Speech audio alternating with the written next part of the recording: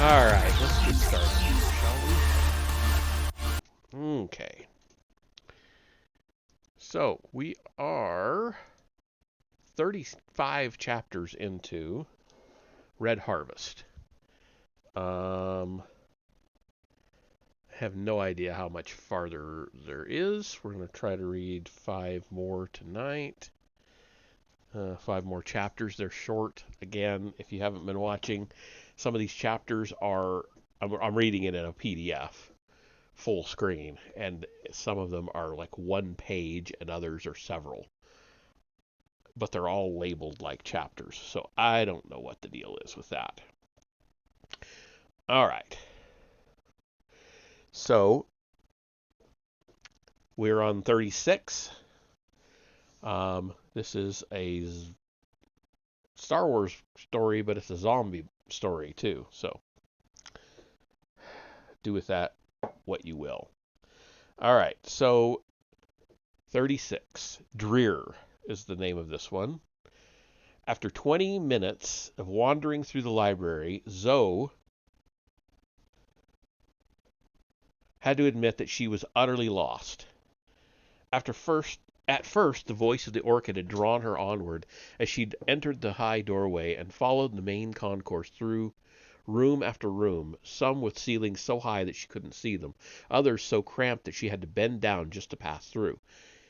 Irregularity was the only design here, symmetry fractured by age and weather. With every step, the subterranean air had grown steadily colder, and Zoe was acutely aware of traveling not just forward but downward, as though the library's depths sank without boundary into the very core of the planet. She could feel the air in her lungs and taste the oxidized flavor of metal shavings. The only remaining light came from the torches and lamps mounted high overhead. The only sound was the crunch of her footsteps. Even at these depths, snow had found its way inevitably through the cracks and broken places, stirring wraith-like and restless in the low whine of the wind. When she looked back, she saw her footsteps leading down the hallway, one lonely set of tracks gleaming in the torchlight. Who lit these torches, she wondered, and who kept them burning? Tulk had refused to follow her here, leaving her to go alone. When she'd confronted him about it and said, "Let me get this straight. You'll walk into a Sith Lord's tower, but you won't go into a library," he merely nodded and planted his feet, telling her that he knew a trap when he saw one. Zoe had protested. She knew the sound of the orchid's voice calling to her, but now she was beginning to wonder if he was right to stay away. The orchid would never deliberately put you in danger. You know that. Yes, she did, and yet... Yes, she did, and yet... Up ahead, a vast cathedral-ceilinged room spread open, flickering in the light of a few sparsely placed torches. Faintly, she thought she smelled smoke and burning flimsiplast. She looked right and left, allowing her attention to be drawn upward and upward further, straining to encompass the shelves and their apparently endless holdings.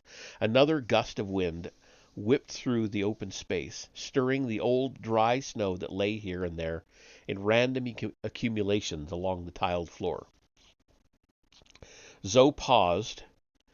She hadn't heard the voice of the orchid in several minutes. Not for the first time, she wondered if she could find her way back if she had to. She supposed that she might be able to follow her own tracks back out if the drafts from the cracks in the walls hadn't already smoothed them away. There were plenty of hiding places here if she ran into trouble, but what if the trouble was waiting for her in one of them? Something touched her face, cold and knowing. Zoe froze and held her breath. Staring into the empty space immediately in front of her nose, there was nothing visible there, yet she felt its presence. An unseen, leather-gloved hand stroking her cheek, running over the length of her jaw and down her throat, searching out her soft areas with the intimacy of a lover, her chest squeezed and clamped shut over the skittish tremolo of her pulse. A voice behind her scraped through the silence, very close. Zoe whipped around and looked back up the way she'd come. Her tracks were still there, leading away into the distant edge of vision, and now she saw them. A second set of tracks, running parallel to hers. The print stopped perhaps 10 meters away and cut sideways, disappearing behind a sagging half-wall, its dimensions buried in shadow. Within its depths, something was standing, watching her.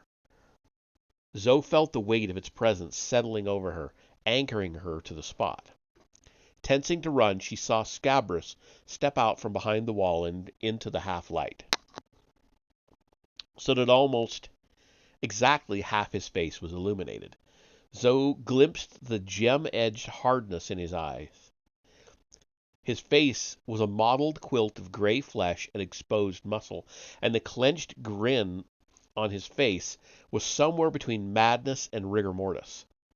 He'd been infected, she realized, yet somehow he'd managed to stave off full transformation, at least temporarily.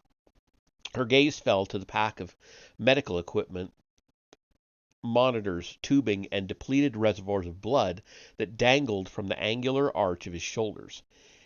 This new version of him looked gaunter, but somehow more imposing, as if the bones inside his body had swollen and remade him from the inside out. And it looks like we're in an ad, so I will pause, and we'll take off from there once it's done.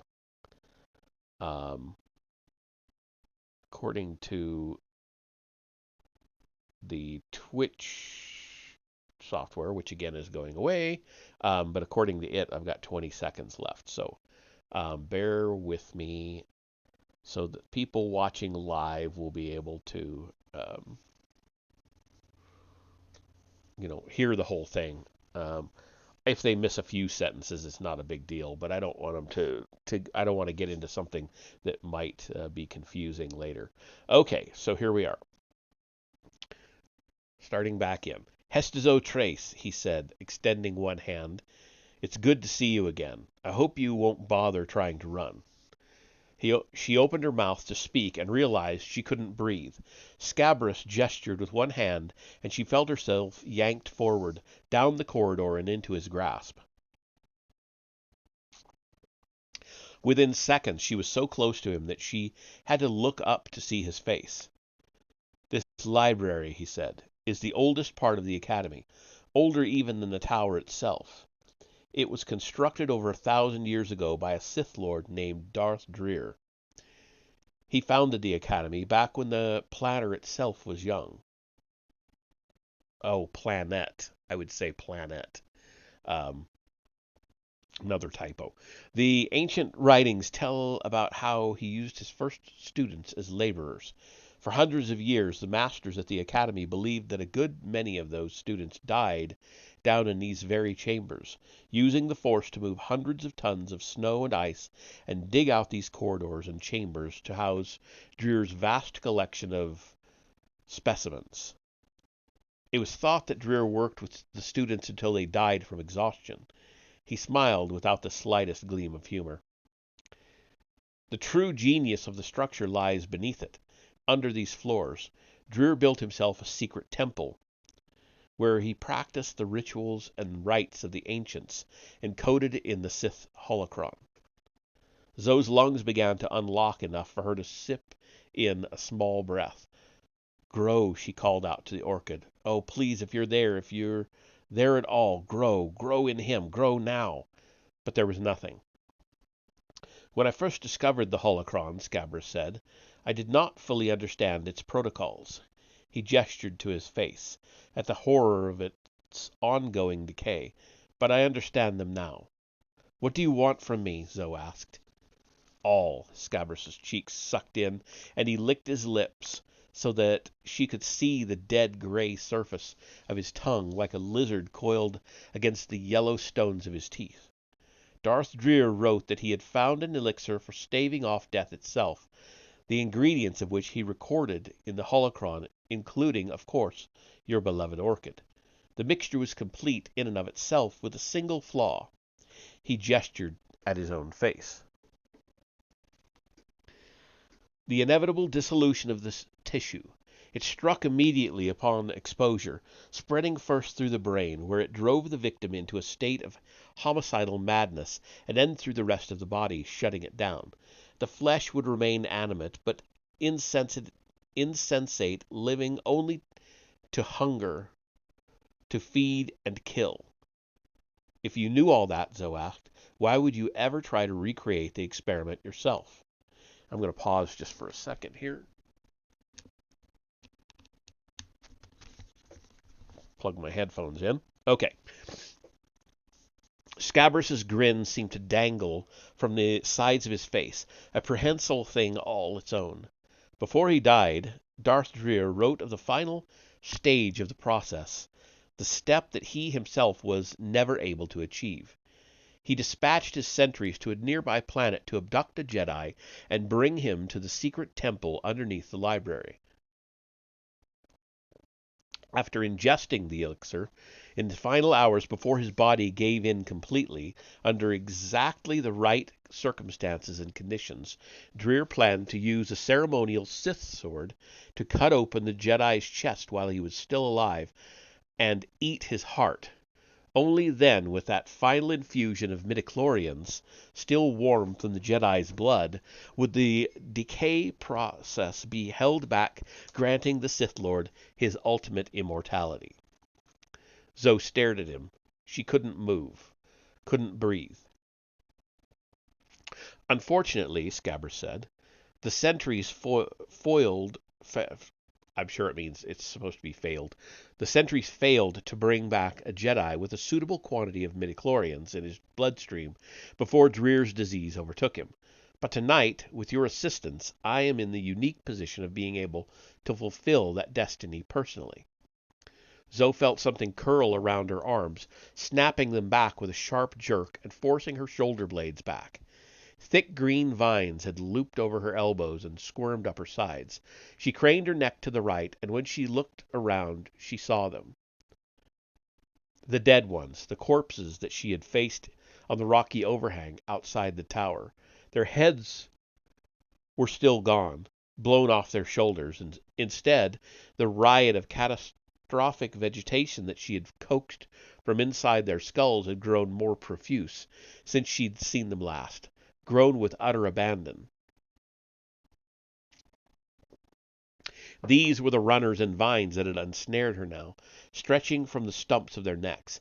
Dozens of slick green ropes gripped her arms and holding her fast. As Zoe stared at them, she saw, to her immeasurable horror, that the stems were topped with dozens of tiny black orchids, budding everywhere. In her mind, she could hear the flowers hissing and shrieking, crackling, cackling hysterically, hungrily, insanely. They pricked her arms with thirsty syringes, questing after her blood. No, she thought. No, no, please. You grew them, Scabrous said. How lovely that they recognize you. The headless, vine-stricken corpses pushed in closer, groping and shoving, until Zoe realized that she could smell them. They stank like a freshly disinterred grave, full of black dirt and mold and rotten meat. She felt their cold skin pushing against her, even as the vines constricted tighter around her arms, squeezing, twisting, pinching her skin. Scabbers stepped forward, shoulders rising up until he towered over the things. His mouth opened wide, and he screamed. His breath was fetid, the breath of a thing that had already died and was decaying from the inside out. Zoe felt the things responding immediately to the scream, recoiling, pulling her back with them. And when they screamed their response, it was a terrible throatless noise that came throbbing up from their severed necks, vibrating up and out of the stalks. One solid blast of high-pitched sound that rose, shifted frequency, and dropped again. A message composed entirely of high-pitched, almost ultrasonic oscillation. They swung her around.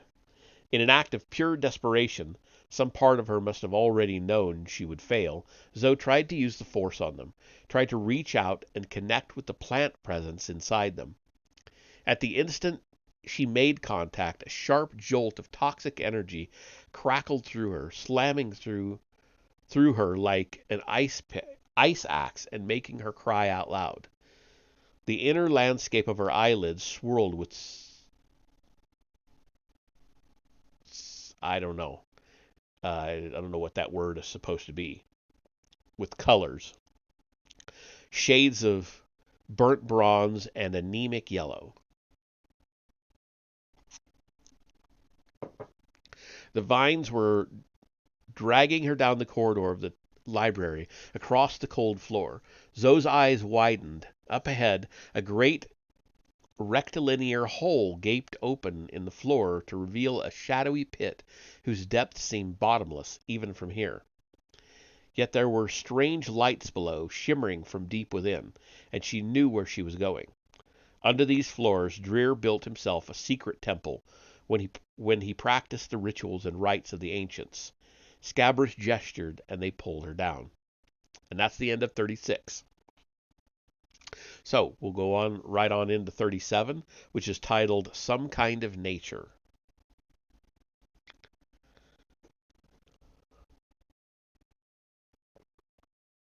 Trace crossed a long, desolate stretch of nothingness between two high, featureless walls. The night storm barreling down over him like a demon with a debt to collect. Up ahead, still perhaps 100 meters in the distance, stood the tower. He was almost there. Despite his urgency, he knew he had to move more carefully now. Since the death of the Sith Blade Master, he'd seen no more of the things like the one inside the wall, but he'd known they were there. Extrasensory perception, telemetric ability was no longer necessary. He could hear them screaming. And the screaming got louder the closer he came to the tower, more intense somehow, and hungrier. He had never seen anything like the abomination that had ripped the Blade Master apart. A living corpse, a dead thing whose flesh and muscle still moved, even as it decayed before his eyes. He sensed their presence around him, below and behind the unseen temples and stone outbuildings. Could a lightsaber dispatch a creature like that, or would it merely tear it into individual pieces that would, in turn, continue to pursue their prey? And what about Hestizo? Had the things found her as well? He stopped again, stretching out with his feelings, the Force casting a wide psychic net in search of any sign of his sister, but it retrieved nothing.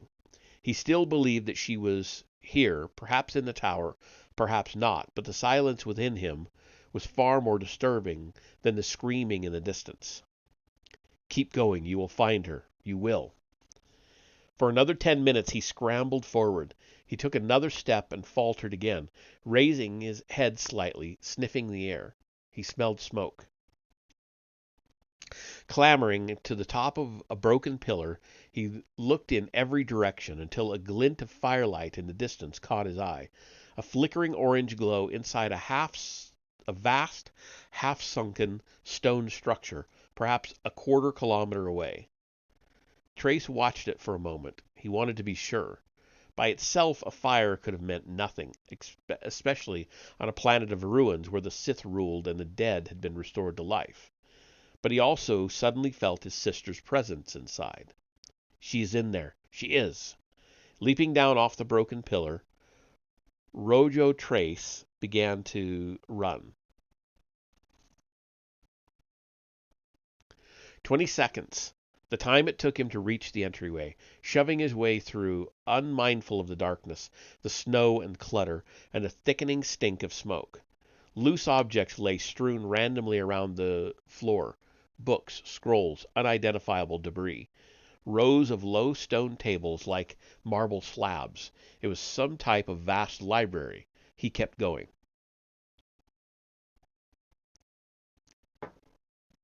Hestizo, it's me. Are you there? It's Rojo. I'm coming. An arm hooked him from behind, lurched him upward. Have a care, Jedi. An ancient voice, it croaked in front of him. Each word came out deliberately as a glottal, sawdusty reverberation that seemed to... Glottal? I don't know. Anyway, that seemed to move the air molecules themselves. You seem to have forced your way into my sanctum sanctorium. Perhaps a modicum of restraint is in order.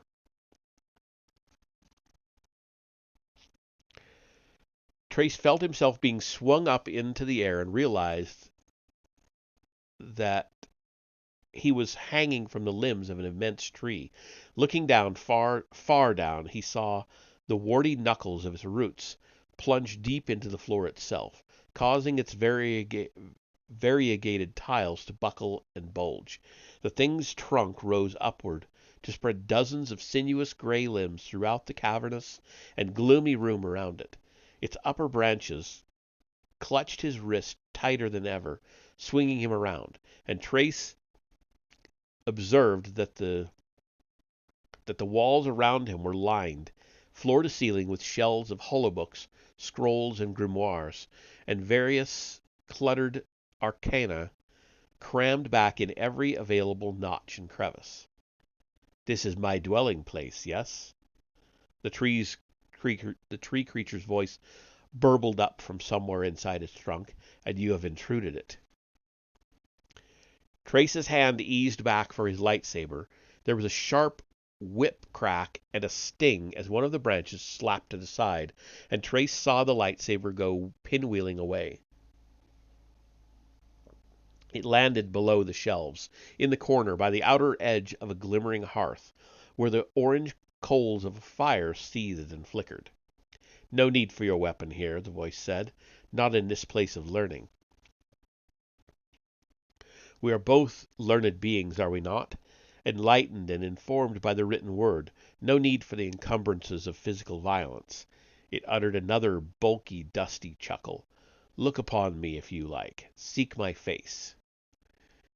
Trace smelled a tangy, musty odor, passed beneath his nose and turned to see the librarian's enormous wooden head craning toward him between its barren branches. It was a netty, he realized, and it was sick. Whatever contagion had infected this planet had spread to it as well. Along its backside, the plant creature's once majestic form had taken on an altogether different cast. The formidable branches hung like clumps of atrophied muscle. Clusters of open sores had devoured the bark, and the exposed heartwood oozed a steady trickle of dark leakage that had collected on the floor around its roots. Whole shoals of hollow books and Sith texts floated like skiffs in the sprawling puddle of fluid. Whatever had befallen the Sith students here, it had jumped across species without losing any of its virulence. I'm looking for a Jedi named Hestizo Trace. The Nettie didn't respond right away, except to shift his branches. Trace saw now that the creature's limbs were loaded with mountains of holobooks, hundreds of them, some piled so high that whole avalanches went spilling in one direction or another whenever he moved. Of course I know about her, the Nettie replied. You are her brother, yes? The branches trembled and more books fell. Alas, she is lost. Trace felt a sudden chill run through him, as if he'd just been poisoned, and was only now beginning to realize it. How do you know? What does it matter? Through the bond of leaf and vine. A faint pause. I summoned her here at the request of Lord Scabrous, and he killed her. You're lying. Am I now? The withered face didn't seem overly offended by the accusation. If anything, it looked intrigued. You don't sound so sure of yourself, Jedi. Not so sure at all. I have lived for more than 1,000 years, and now I have come to glimpse my final hours. Perhaps before I pass into the next stage of my evolutionary development, you would like to peer inside my mind and see whether or not I'm telling the truth. Trace started to say something, but his voice broke off. The branch around his wrists clasped harder, turning him around, gouging into the bone. Archaic limbs rustled behind him, and he smelled a different odor coming out of them now, something far worse than the thing's breath. It was the enormous, boggy stench of the disease, something deeply and profoundly wrong. Go on, the Nettie said. It sounded almost giddy now. Look into my mind, Jedi. See what awaits you there. Seek my face. Trace felt something encircle his right leg at the ankle and pull tight, even as the branch tugged harder at his wrist, exerting a steadily increasing tension. Seek my face. The Nettie repeated itself, foregoing speech entirely now, shouting the words directly into Trace's mind. Seek my face! Helpless, Trace felt himself sucked into the mire of the thing's thoughts. It was like plunging his hand into a vat of warm black ooze. He groped for a moment in total blindness, trying to make some sense of the random shapes and impressions swimming around him in the Nettie's palatial memory. And he saw. It was a different part of the Sith library, the holobooks and archives neatly arranged. Trace understood that he was seeing it through the Nettie's eyes before it had gotten sick, and now he grasped the true dimensions of the librarian's collection. It didn't fill just this single room, but a series of other halls, winding off in manifold directions. For the millennium or more that the Nettie had held court here as the Academy's librarian, it had been accumulating holobooks and charts, records and ephemera. Scouring the inner landscape for any sign of Hestizo, Trace's inner vision glided down one of these halls, moving as the Nettie's limbs had moved. winding around a corner beneath the shadowy recesses and through gigantic horseshoe archways. The architecture changed here, becoming less monastic and more ornate, resembling more of a battlement than a library. The winding, incorporeal branches of the Neddy's mind carried Trace deeper, past a recessed gallery, over a parapet, pausing here and there over endless accumulations of texts and writings. "This is my fortress," the voice inside him intoned, "my bastion of knowledge acquired over the millennia.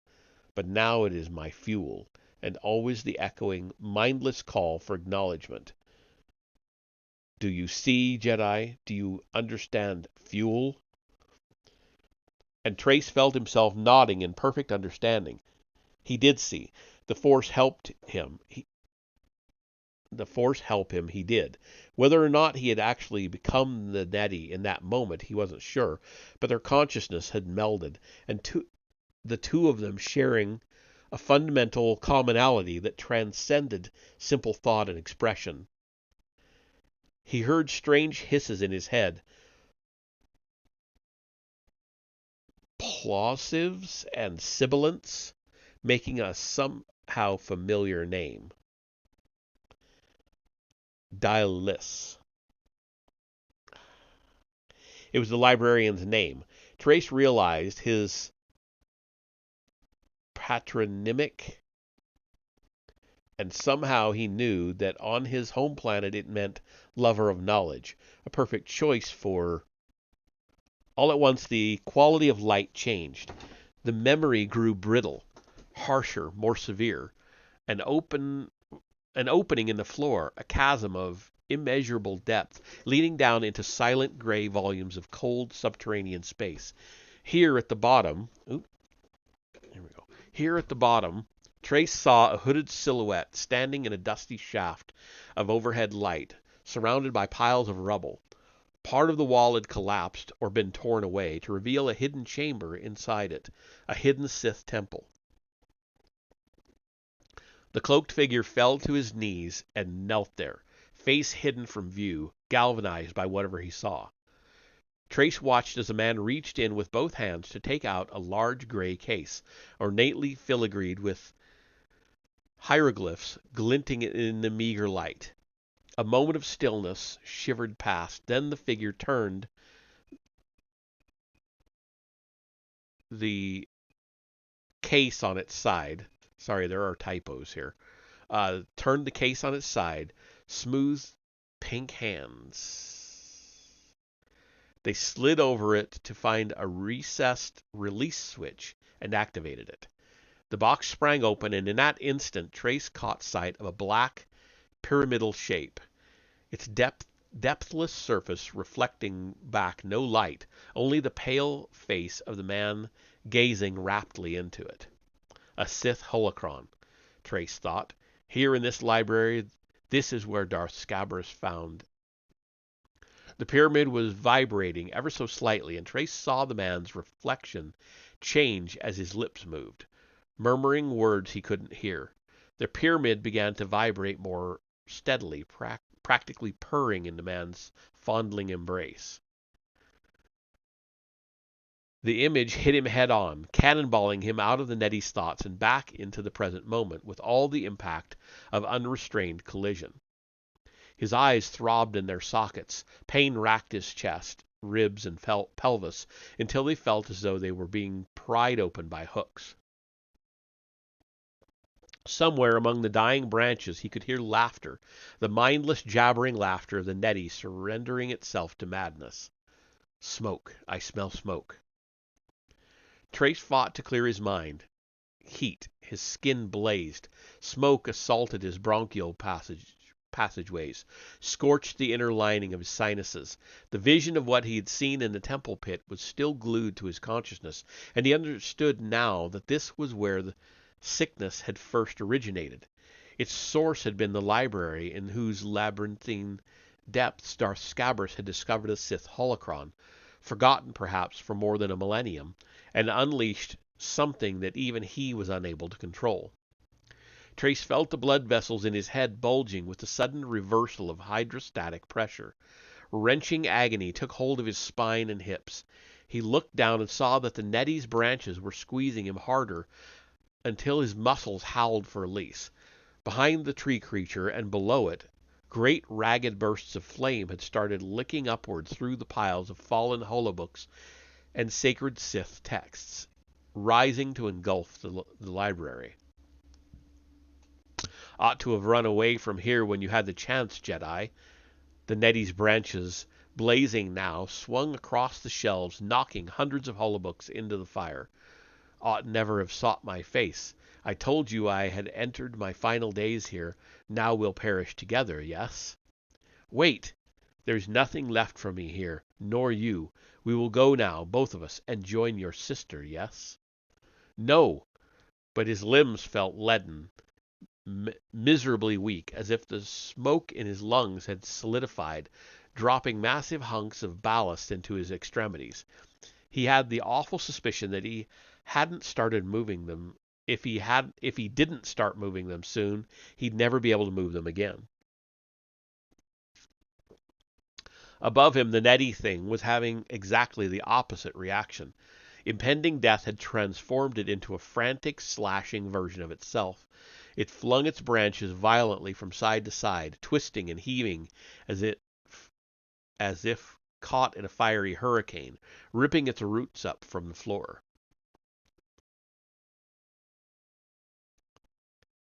What is that? Pure Pazak? Ooh, I don't even know what that means. But, hello, welcome in. Neth Enderman. Okay.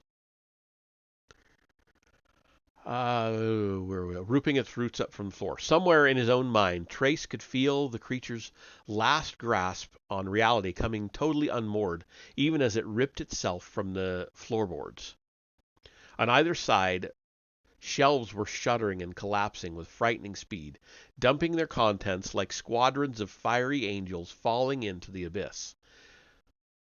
The holobooks crackled, hissing showers of sparks as their circuitry burst apart in the widening blaze. How long did he have until the fire brought the roof itself down on top of them? 5 minutes? Less? Help me, please! Help me! Help me! He recoiled as if slapped. It was Zoe's voice screaming through his mind.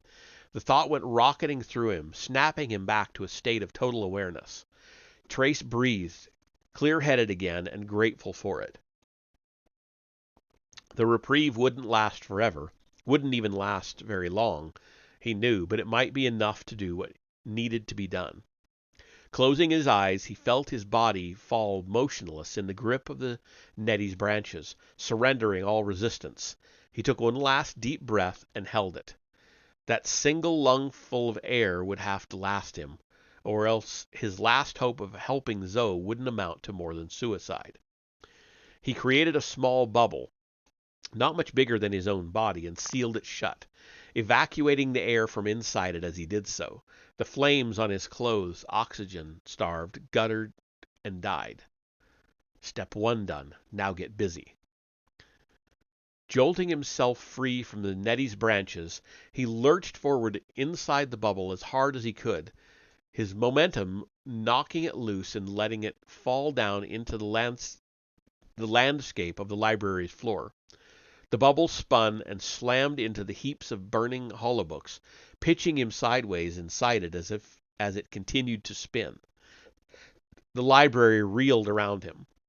Then, next to the Nettie's trunk, he saw his lightsaber. It lay among the creature's winding, snake-like roots, in front of a large, ragged knothole that had already started charring black. Steadying himself inside the bubble, Trace placed both hands along the inner curvature of its surface, spread out his fingers, and waited.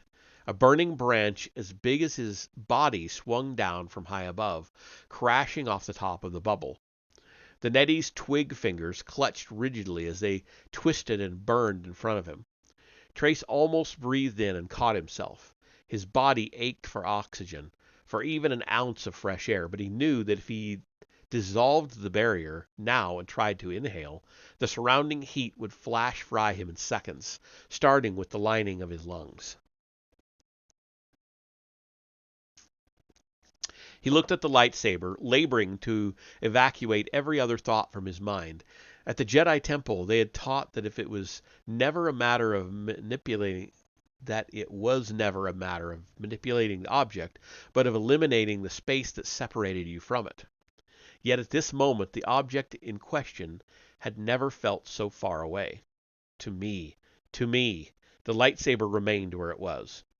Closing his eyes, he felt the bubble shift forward like a reluctant animal roused from hibernation and begin rolling over the mountains of burning books toward the Nettie's scorched trunk.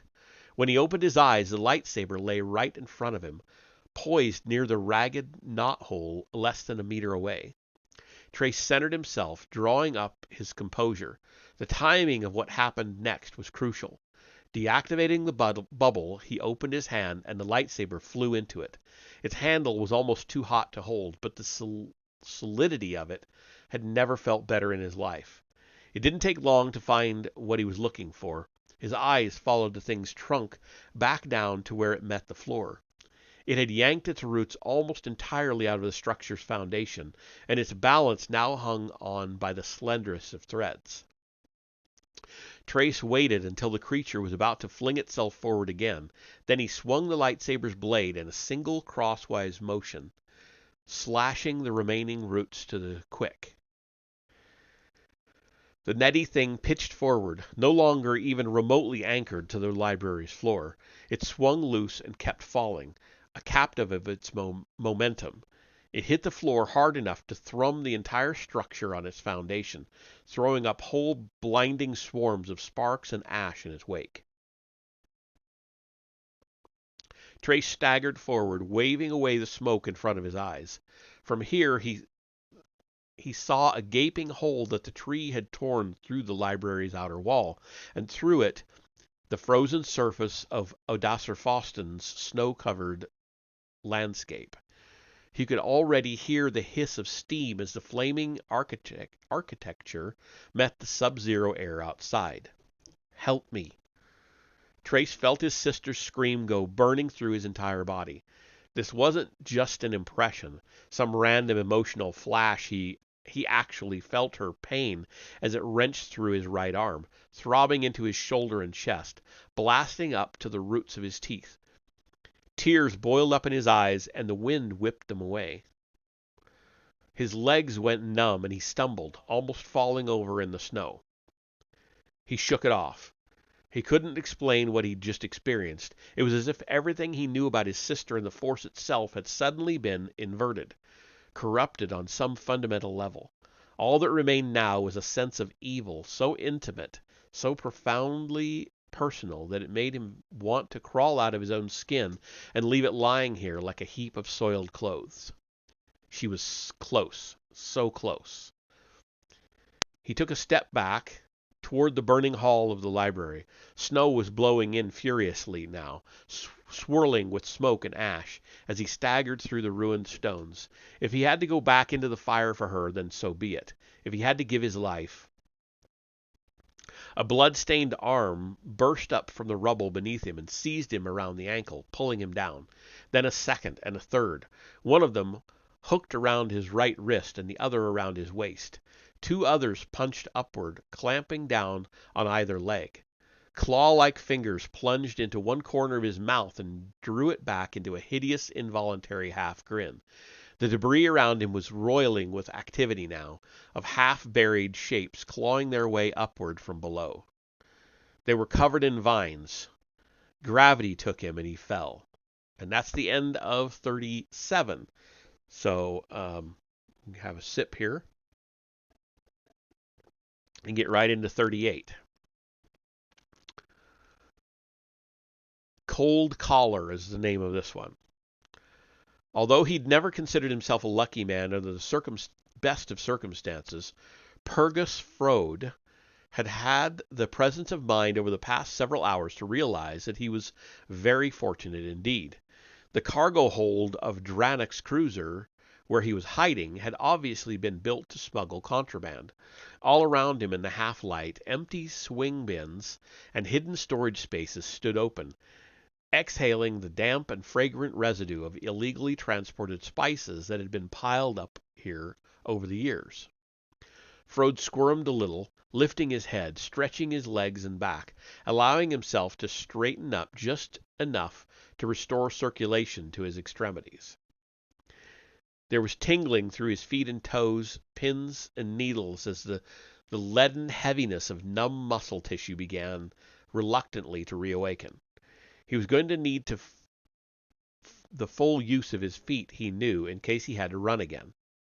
He hoped it wouldn't come to that. He'd run enough tonight already, although it certainly did beat the alternative. It had started hours ago. How many? He wasn't even sure now.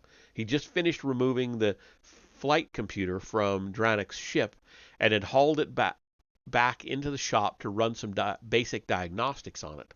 All that time, his unconscious mind had been wrangling with the issue of how he was going to handle the incoming heat signature from the unknown vessel leading straight for Odasser Faustin's landing hangar. To inform Darth Scabras or not to inform him, that had been the question he'd been pondering when a bloody palm had slapped and squeaked off the control booth's glass. Jarred out of his thoughts, Frode had sat up and spun around just in time to see something, it might once have been human, in the process of ripping the hatch off the booth. That face was like something out of a nightmare, a gray and grinning mask. Whole chunks of viscera had begun to pucker and peel around its lips. Staring at it, Frode's brain had flashed back to a corpse that he and another mechanic had once stumbled across inside the cockpit of a speeder they'd been salvaging. Except this corpse's eyes were wide open, staring at him hungrily. If he'd stopped and given it even an instant's thought, Frode would already have been dead. Luckily for him, rumination was not his natural tendency. His first reaction was to run. He got one leg free and kicked out the front plate above the booth's instrument panel. The plexi popped loose and he'd gone slithering out, hitting the hangar bay and running faster than he'd ever run in his life.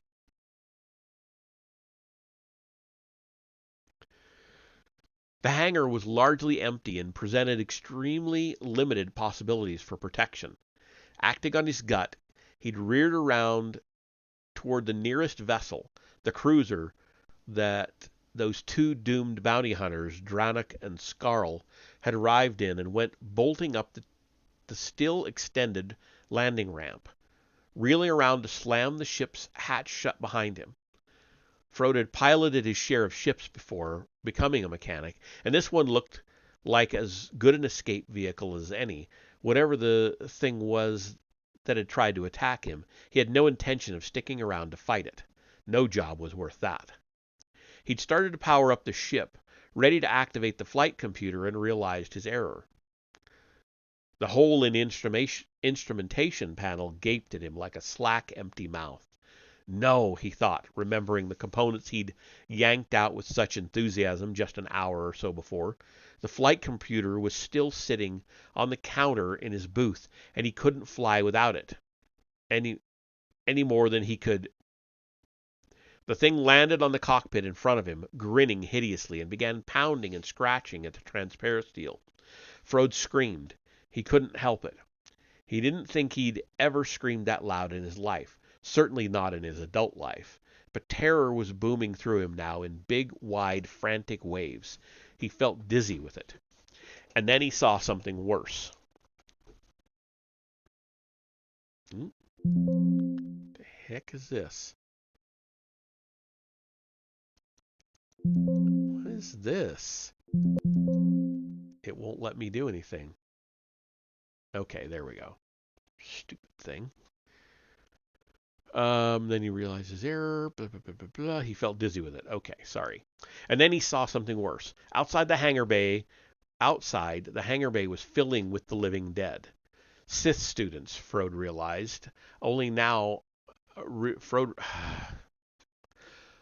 Sith students, Frode realized only now how much he truly hated them, were shambling in the direction of the ship from all sides, jerking and scrambling and lurching forward, their mouths scooped open in big shovel-faced grins. Behind him, a sprawling, gangling thing that looked like a living tree was, or behind them, sorry, like a living tree was dragging a long mesh of dripping black roots and branches toward him. Its eyes reflected only madness. As Frode, who'd never once set foot in the Academy's library and would never have recognized the infected remains of its arboreal curators, stood crouched in the cockpit, one of the branch arms had swung up and slapped at the transparent steel viewport. It connected hard enough that for a second he almost thought he'd heard the port crack. Impossible, but... That was when he ran back into the rear of the ship, down a landing ramp, through a hatch, until he'd landed here, in the safest place that he could find, the smuggler's bin, and curled here and hadn't moved since. Purgus? He sat up a little, uncertain if he'd heard the voice or simply imagined it. He was not a particularly imaginative person, and the voice, a female, sounded very real. After a moment he realized it was coming from the comlink mounted above his head. Frode reached up and keyed the mic. "Purgus, who are you?" he asked aloud. "How do you know my name?" "Kindra." "How come I can hear you?" "The Force, Purgus. You're up there, I know." Frode listened to the voice. There was something unsettling about it, as if the speaker, Kindra, whoever that was trying very hard to sound calm and easygoing, as if nothing was wrong. Underneath it, though, he detected a strong undercurrent of what? Fear? Terror? "Where are you?" he muttered. "Hangar," the voice said. "Get out. Get me out." "What about those things? Aren't they still out there?" No answer. He wondered if it was because something had happened to her that he couldn't hear her talking anymore. "Kindra? Just open the hatch of the ship, Purgus. Open up and let me in. I'll be quick. We'll both fly out of here together. We can't stay here, but hurry. I'm right outside." "I can't," he said. "I took out the ship's flight computer. I can't navigate without it." "It can't navigate without it. We wouldn't make it 3 clicks in this weather. We'll crash right back into the snow." I'll help us. We'll get away somehow, I promise. Please, Purgus, just let me in. Please, hurry." Frode grimaced. One of the reasons he'd ventured all this way to the far end of the galaxy was his rotten luck with women, specifically his inability to deny them anything.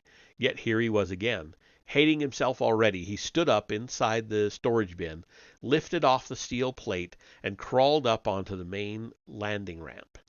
In truth, he wasn't sure why he was doing it. He knew it wasn't right. There was definitely something wrong about opening the hatchway, yet the voice, the girl's pleas, her desperation motivated him forward, drew him along in a way that he couldn't quite comprehend, and maybe she could help him get them out of there. Maybe. The Force, a faint voice of reason, piped up inside him from somewhere hopelessly deep within himself. "She's using the Force on you to manipulate your actions," and although he knew it was true, he still couldn't quite seem to resist.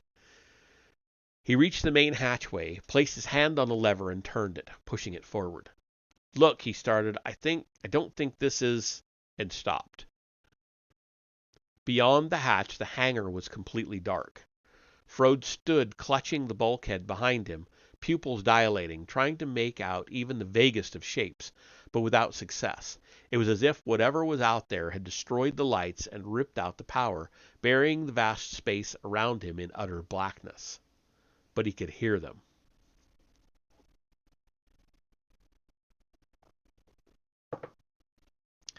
Holding his breath, he could hear the sounds of many bodies rustling together.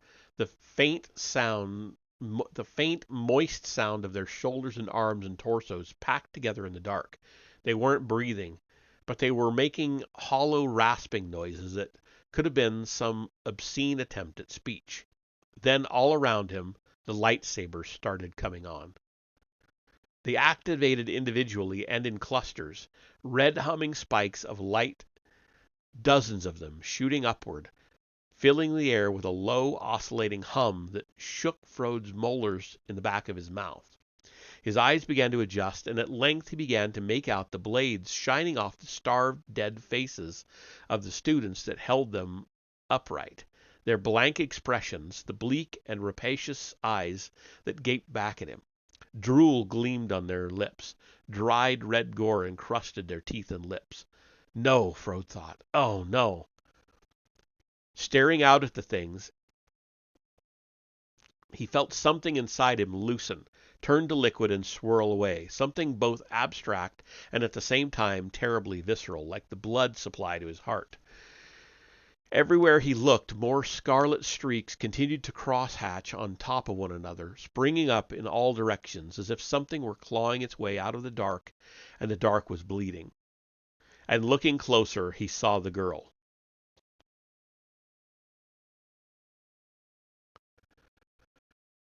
She was standing at the bottom of the gangway amid a shifting prison of red blades, surrounded by the rotting corpses of her classmates, their hands clutching her arms and legs, holding her captive. Lightsabers crisscrossed in front of her, hovering over her head, immobilizing her. One of the things had its open mouth pressed up against her bare throat. Another's teeth were bared and ready to attack a small exposed part of her shoulder. A third and fourth stood waiting behind her, their jaws open so wide that it almost seemed like they could have devoured her entire head in one huge, all-consuming bite. "I did what you wanted," Kendra shouted out at them. "He opened it. Now let me go. Let me—" The things fell upon her, the red blades slashing her to pieces as they ripped her apart. Even from here, even from where Frode stood, the crunching noises were thick and juicy and glottal, like the sound of something biting into a particularly ripe apple. Several of the corpses broke free from the group and started thundering up the gangway toward the open hatchway, just as Frode slammed it shut again. He decided he could fly the ship without the flight computer after all. And that is the end of 38. I'm going to do at least 39 and 40 tonight and then see where we're at. So 39 is titled Down on It, Down in It. Zoe awoke to a tight band of pain across her chest and shoulders, twisting in her joints like ground glass. When she tried to shift her position to alleviate the pain, she realized that she couldn't move at all. The pit where she lay was settled at the bottom of a deep shaft, its high onyx-colored walls shining up as far as the eye could see in some unfathomable expanse of glassy black. Her head spun. She realized that she had been tied down here, strapped to a large stone slab by wide leather bands and iron rings that crisscrossed her chest and looped over her wrists and ankles, pinning them in position. Torches burned on either side of her, rows of them in the hundreds, leading upward, flickering up over the walls, gleaming off tiny ornate lines of script and filigree that moved across it like rows of programmer's code. She breathed, coughed a little, and tried to summon moisture into the back of her tongue. The air down here tasted metallic, dusty, and very old. It was like inhaling through a hole in some archaic stone tablet. Oily tallow from the torches dripped on the floor around her, and the greasy black smoke wafting up from their flames only made her throat feel more parched. From somewhere behind her, she heard movement, the scuff and rustic, I'm not sure what word that's supposed to be, of footsteps. The soft, clink of objects being arranged outside her peripheral vision. "Look up," Scabrous' voice croaked.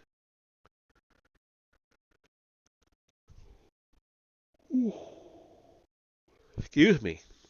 Zoe turned and moved her neck, straightening to tilt her head as much as the straps would allow. The Sith Lord was gazing down. The decay process had accelerated drastically since she'd last looked at him. The sickness had taken over his face completely now, making it into gelid, shapeless soup from which two bloodshot eyes gleamed at her with terrible scrutiny.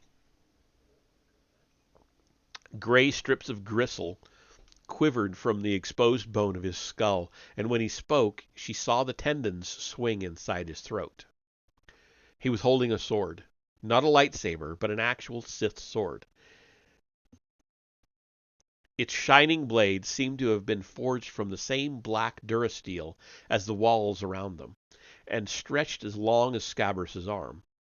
As the Sith Lord raised it up, Zoe realized that the designs from the walls of the pit had been echoed along the blade's entire length, great thorny rows of script and inscription gleaming in the torchlight. The resulting weapon seemed almost to blur and merge with its surroundings, its lethal edge shimmering and disappearing again as the Sith Lord swung it overhead. "This blade," Scabrous said, "belonged to Darth Dreer. It was forged exclusively for him, to ensure his immortality. So today, in accordance with his legacy, I will use it to slice out your living heart and devour it while you watch." Not really how it works, but okay. Zoe tried to answer with no idea of what she might say, but the knot in her throat blocked out all speech. Terror, bright and uncontrollable, had fastened itself over her conscious mind, and she could not stop staring at the sword. At this moment, nothing in her past, her training, or her aspirations for the future seemed as real to her as this blade, the inarguable geometric equation that connected its edge to her flesh. Hesta Zoe. There was nothing she could do. The sword plunged down. That was a really short one. That's the end of 39. So we're going to jump on into 40. We'll see how long it is. So 40 is titled Wet Work. "There's one," Tulk said, "behind that wall. See him?" The HK pivoted unhesitatingly, firing two quick blasts at the open-mouthed Sith thing as it stalked around the corner in front of them, arms thrown open. It went down screaming. "Your turn," the HK replied. "To your left." The Whippet turned and flung his spear into the space between the building and the statue rising before it. An instant later, a Sith student lunged out, the spear embedded in its chest, roaring toward them until Tulk fired an arrow into its head. "Nicely done," the droid said, "but it's still coming." With a grunt, Tulk ambled forward and picked the Sith student up by the spear hanging from its ribs. Lifting the thing completely off its feet, he wrenched it around sideways and hammered it into the stone wall alongside them. The tip of the spear twisted loose, and he used its serrated edge to rip off the thing's head. He held the head out on the end of the spear, offering it to the droid. Keepsake? No. What happened to "No thank you, sir"? The droid gazed at him. "Look out behind you," it said dryly. "Sir." Tulk looked back at the side of the structure where he'd just beheaded the Sith thing. The ground began to tremble. He saw a flash of motion inside the half-open hatchway, something big, and heard a scream, a great torrent of gargling screeches. It didn't sound like the ones that he'd heard before, but the smell was hideously familiar. "Watch out," he said. "This is going to be bad." The first undead Tauntaun came charging out, smashing the door of the hatchway completely out of its housing with the bulk of its body. From here, Tulk could see that half of its thoracic cavity was ripped away. The remains of its internal organs flapped from its ribs. A large section of its head was gone as well, but it was still screaming as it flung itself toward them. Its eyes were clouded and pinkish, like milk mixed with blood. "Burn it," Tulk said. The droid's flamethrower roared across the open ground, and the bounty hunter saw the snow lizard's oily pelt come alive with flames. Howling, the thing spun around, trampling furiously, rolling in the snow trying to extinguish the fire, and the HK fired into it, blasting its carcass to shreds. "You have anything bigger than a laser?" Tulk asked. "Mortar rounds. Why?" The Whiffid gave a nod back at the open paddock. The herd of infected tauntauns was already thundering out, half a dozen or more, all producing that same indefinable shrieking noise. The front runner had a gaping hole in its flank, the ragged edge of the wound quivering as it galloped so that the hole slapped open and shut like a second stammering mouth. Something was wrong with its upper torso. Tolt could see a heavy shape writhing around inside the snow lizard's belly. He slammed his spear into it, and the thing burst open in a thick welter of fluid. From inside the blood-soaked form of a Sith student came spilling out into the snow. The Sith thing stood up, grinning from inside its sticky web of blood, shook its head from side to side violently, and screamed. Tonk speared the Sith student, ramming its body back into the snow lizard's carcass and pinning it against the thing's spinal column. He looked back at the droid. "They're hiding inside the tauntauns," he shouted. The hard metal of the HK's arm swung back and shoved him over forcefully enough to knock him down in the snow, just as a slick bullet of bloody spit flew out of the infected tauntaun's mouth. Another centimeter to the right, and it would have hit Tulk directly in his open eye. As it was, the gobbet of mucus stuck to the side of his head and clung there. Looking up, Tulk saw the animal's gore-soaked muzzle puckering, summoning up another mouthful. "They're notorious for their aim," the droid said. "Thanks. I suggest another plan." "They're faster than us," Tulk saw the other undead tauntauns behind the one he'd gutted, their hollowed-out chests and underbellies swelling and bulging with the Sith students hiding inside. Already he could imagine what it would be like. The snow lizards pounding up behind him at 50 kilometers per hour, only to eject their flesh-starved passengers on top of him. "Any ideas?" "Only one," the droid said.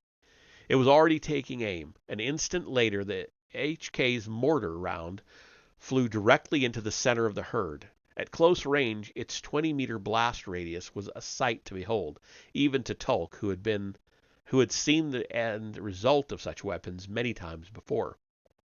He shielded his eyes as chunks and fragments of cold tauntaun fat, human flesh, and bone came raining down on top of them. "Is there anything else we can kill?" the droid asked. "Ourselves, if we don't move." The HK turned to regard the landscape where they stood. Something inside its processor made a low, steady whirring noise, as if it was processing the recent developments or experiencing a memory. Excuse me. When it spoke again, its voice was unhurried, almost introspective. "Have I told you how much I hate the Sith for enslaving me here for so long?" "Only about 20 times."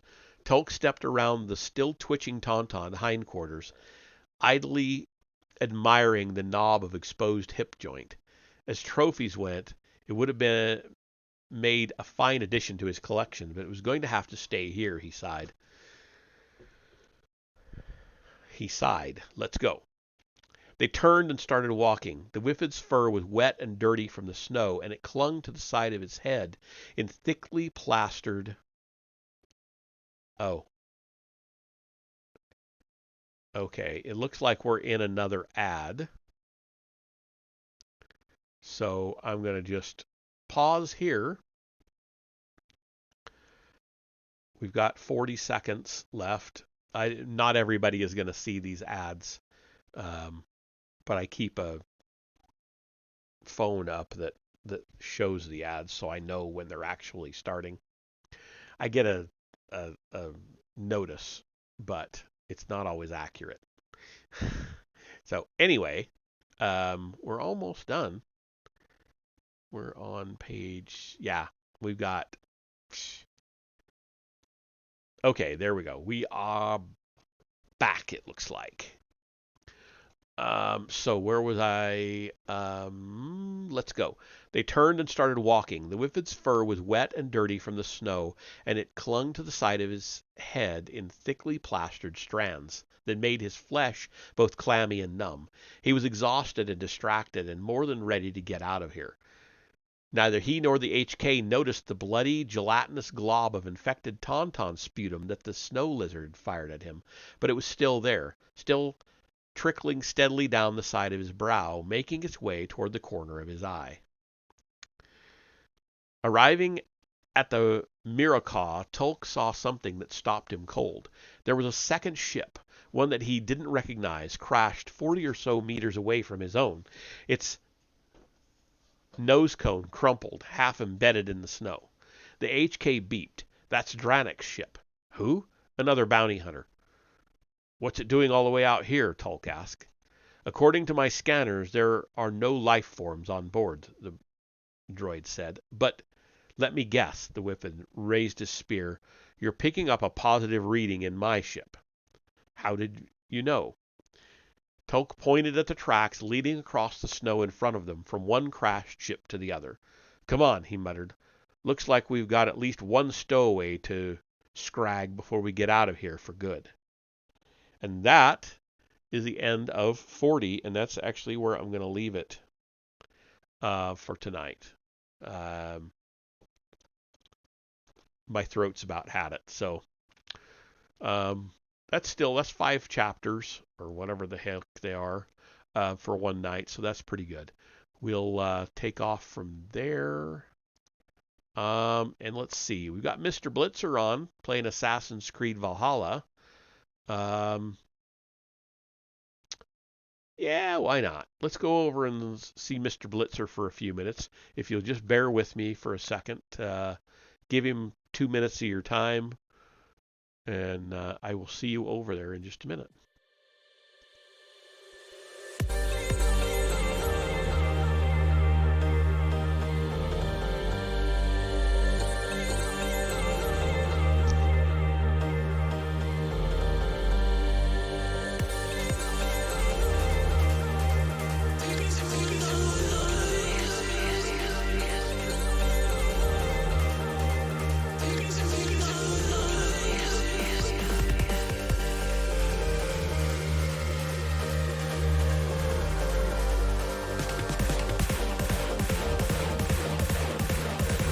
Thumper.